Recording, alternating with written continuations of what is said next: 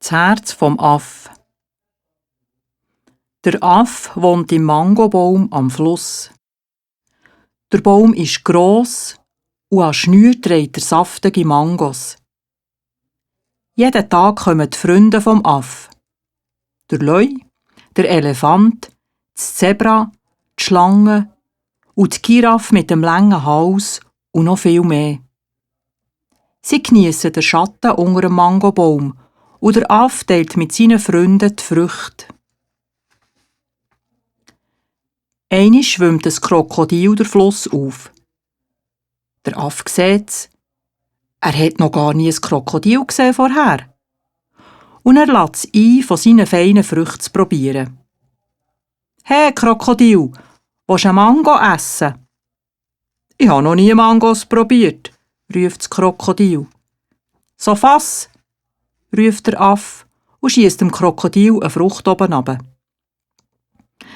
Es isst Mango und ruft den Baum auf. Ganz fein, wirklich fein, danke Aff. Der Aff schiesst dem Krokodil noch Menge Mango runter. Und es bleibt auf einem langen Schwatz da. Von jetzt an schwimmt das Krokodil jeden Tag den Fluss auf zum Aff. Sie werden gute Freunde. Einmal, wo der Aff und das Krokodil zusammen am Reden sind, erzählt das Krokodil: «Weisst, ich gehöre zu einem ganzen Stamm von Krokodilen. Und wir haben sogar ein Oberkrokodil.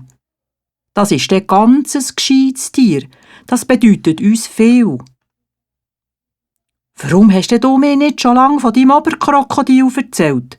schimpft der Aff. «Das hat sicher auch gerne Mango.» Jetzt pflückt der Aff ganz Menge Mango und schiesst sie am Krokodil ins offene Maul. Das Krokodil schwimmt zu seinem Stamm zurück.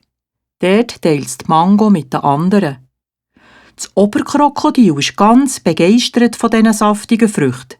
Es befiehlt dem Krokodil, noch mehr Mango zu bringen. In den nächsten Tagen muss das Oberkrokodil ganz viel überlegen. Also der Aff, wenn der Alltag so viel feine Mango isst, dann ist der sicher ganz fein zum Fressen, überlegt das Oberkrokodil, wenn ich den Aff nur herlocken könnte. Und das Oberkrokodil denkt sich einen Plan aus. Einmal am Abend, wo das Krokodil vom Aff heimkommt, liegt das Oberkrokodil auf dem Grund vom Fluss und tut so, wie wenn es schwer krank wäre. «Was ist denn mit dir los?» will das Krokodil wissen. «Ich bin ganz fest krank», klagt das Oberkrokodil.